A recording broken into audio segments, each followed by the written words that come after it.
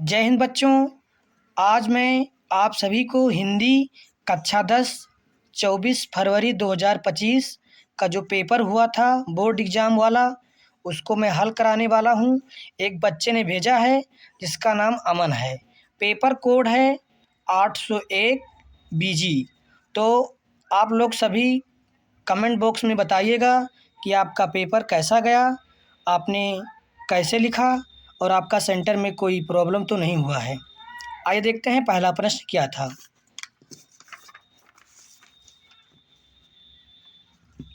इसमें विकल्प दिया गया है और विकल्प में पहला प्रश्न है, शुक्ल युग के निबंधकार कौन हैं।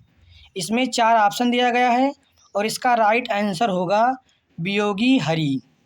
इसी क्रम में अगला क्वेश्चन है, निर्मला उपन्यास के रचनाकार कौन हैं। तो इसका उत्तर होगा मुंशी प्रेमचंद। इसी क्रम में अगला प्रश्न है, अपनी खबर रचना की विधा है। तो इसमें ऑप्शन दिया गया है ऑप्शन डी आत्मकथा है और इसके जो लेखक हैं अगर उनका नाम बताया जाए तो उनका नाम मैं लिख दे रहा हूँ। उनका नाम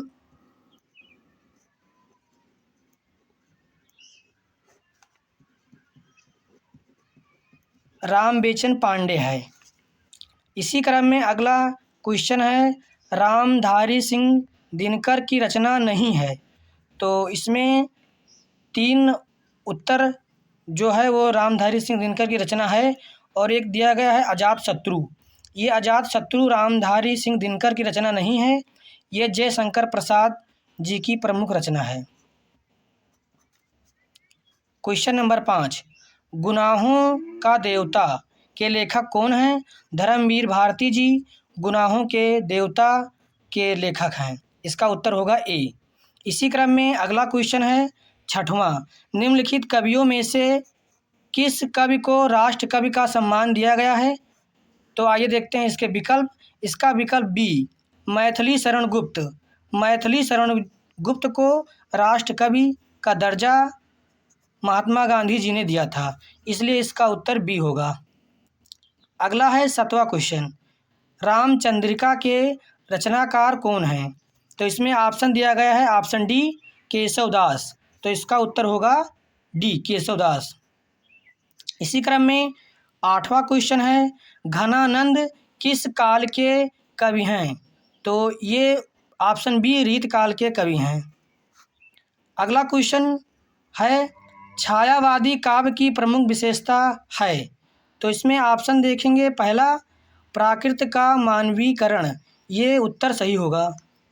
अगला क्वेश्चन है, तार सप्तक के 7 कवियों को किसने राहों के अन्वेषी कहा है। तो ये ऑप्शन सी अज्ञे जी ने कहा है।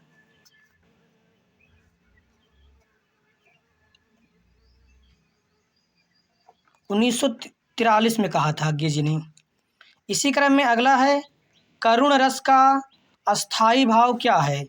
तो करुण रस का अस्थाई भाव शोक होता है। और क्वेश्चन नंबर 12 इसको हम पढ़ेंगे और इसमें एक चिन्ह है सी। अगर सी सा सरस जैसे शब्द आते हैं तो वहाँ पे उपमा अलंकार होता है, इसलिए क्वेश्चन नंबर 12 का राइट उत्तर उपमा अलंकार होगा। आइए देखते हैं अगला प्रश्न। अगला प्रश्न है क्वेश्चन नंबर 13, छंद पढ़ते समय आने वाले विराम को क्या कहते हैं। तो इसमें ऑप्शन दिया गया है यति। ऑप्शन डी सही होगा। अभ्यास शब्द में किस उपसर्ग का प्रयोग किया गया है। तो इसमें ऑप्शन देख लीजिए, ऑप्शन बी अभी। अभी इसका उत्तर होगा। अगला क्वेश्चन है 15 नंबर का। इसमें दिया गया है पंचतंत्र में कौन सा समास है। तो जहाँ पे संख्या आती है वहाँ पे द्विगु समास होता है, इसलिए यहाँ पे द्विगु समास होगा। अगला है दिनकर दिवाकर भास्कर, ये सब किसके पर्याय हैं अर्थात किसके पर्यायवाची हैं। तो दिनकर दिवाकर भास्कर आदित्य ये सब सूर्य के पर्यायवाची हैं। अगला क्वेश्चन है, इवाम शब्द में कौन सी विभक्ति एवं वचन है। तो इसमें द्वितीय विभक्ति और द्विवचन होगा, यानी ऑप्शन बी। अगला क्वेश्चन है, मोहन द्वारा चित्र बनाया गया इस वाक्य में वाच्य है, तो इसका ऑप्शन होगा पहला क्रमवाच्य।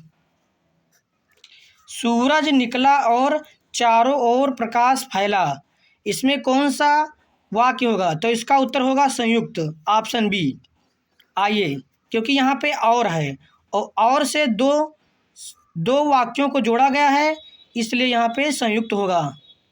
अगला क्वेश्चन है, कौन सा शब्द सर्वनाम है?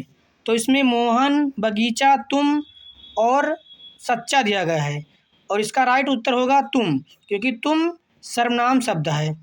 आइए इसी क्रम में हम देखते हैं खंड बा के जो क्वेश्चन थे उसको आपको अपने नोटबुक में लिखना था। आप लोगों ने इसे अच्छी तरह से लिखा होगा। इसमें संदर्भ और रेखांकित अंशों का व्याख्या करके लिखना था। बहुत आसान क्वेश्चन था। आइए देखते हैं अगला क्या था।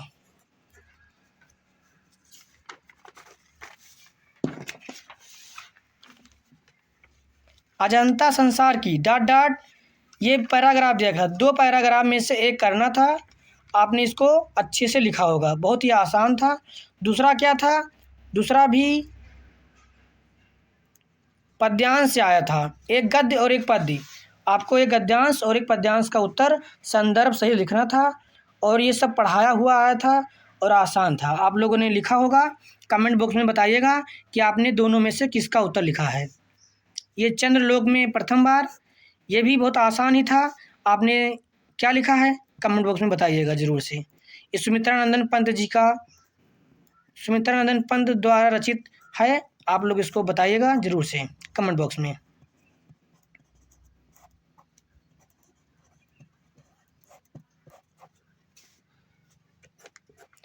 ये संस्कृत में संदर्भ और उसका हिंदी अनुवाद लिखना था। आप लोग इसको बताइएगा कि इसका संदर्भ और अनुवाद आपने क्या लिखा है, अथवा करके था, दोनों में से एक करना था। आइए देखते हैं अगला क्या था। सर्वे भवन्तु सुखिनः, सर्वे सन्तु निरामया, सर्वे भद्राणि पश्यन्तु मा कश्चित् दुःख भाग् भवेत्। आप लोग बताइएगा इन दोनों में से आपने किसका उत्तर लिखा है। अब आइए देखते हैं कि जोत जवाहर, आपने कौन सा लिखा है? जोत जवाहर लिखा है या किसी अन्य को लिखा है? कमेंट बॉक्स में ज़रूर बताइएगा। अब आ गया है किसी एक लेखक का जीवन परिचय। ये 5 नंबर का था।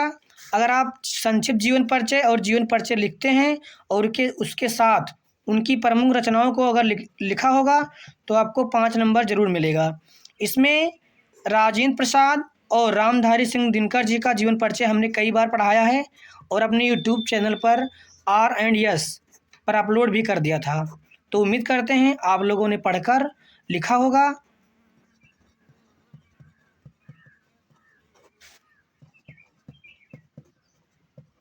इसी क्रम में अगला है किसी एक कवि का जीवन परिचय। इसमें हमने तुलसीदास और मैथिली शरण गुप्त जी को कई बार पढ़ाया है और बच्चों ने सुनाया भी था, और उम्मीद करते हैं उन्होंने अच्छे से लिखा भी होगा। फिर 7वां क्वेश्चन है, एक याद किया हुआ कोई एक श्लोक जो इस प्रश्न पत्र में ना आया हो। आपने श्लोक कौन सा लिखा है ज़रूर बताइएगा।